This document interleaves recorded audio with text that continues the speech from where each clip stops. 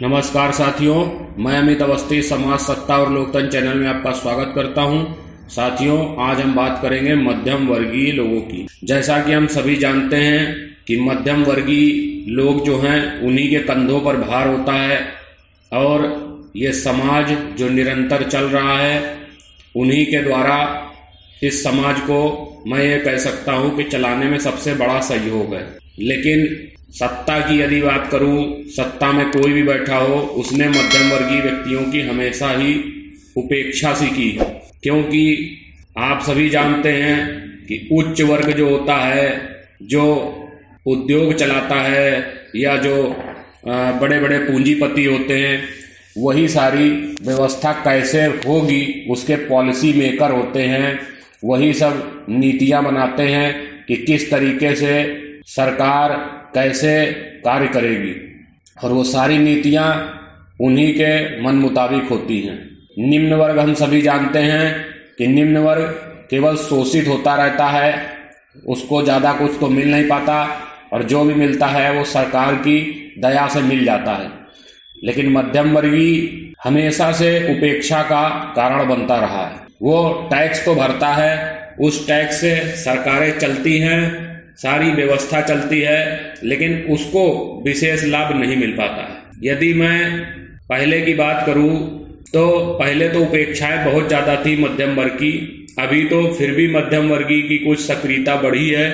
इसका उदाहरण समझें तो हम समझ सकते हैं कि भारत में भ्रष्टाचार के विरुद्ध ऐतिहासिक आंदोलन इसका जीवंत उदाहरण है। इसी आंदोलन से आम आदमी पार्टी का जन्म हुआ था, इसलिए इसे भारत की पहली श्रेणी आधारित महत्वपूर्ण शहरी राजनीतिक पार्टी माना जा सकता है। हाल ही के इतिहास पर अगर हम नजर दौड़ाएं तो पाएंगे कि 2014 के आम चुनाव में बड़े शहरों के अलावा अन्य शहरों में भी मध्यम वर्ग का मतदान पहली बार गरीब वर्ग से कहीं अधिक हुआ था।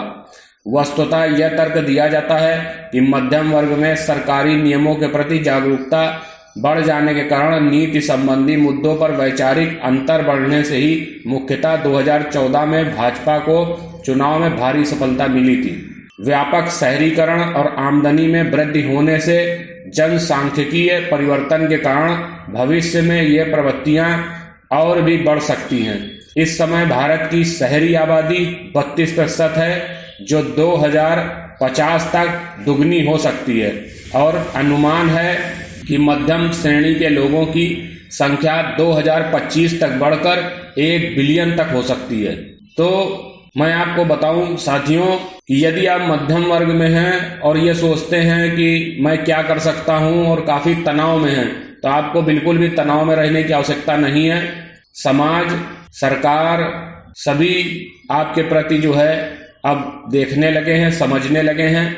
सरकारों को भी ये पता चल गया है कि मध्यम वर्गीय की उपेक्षा भी नहीं की जा सकती है, और लगातार जो आपकी सक्रियता है वही आपकी शक्ति बढ़ाने में लगी हुई है। यदि आपको यह वीडियो अच्छा लगता है और आप चाहते हैं कि आपकी सक्रियता भी बढ़े तो इस वीडियो को फॉरवर्ड करिए।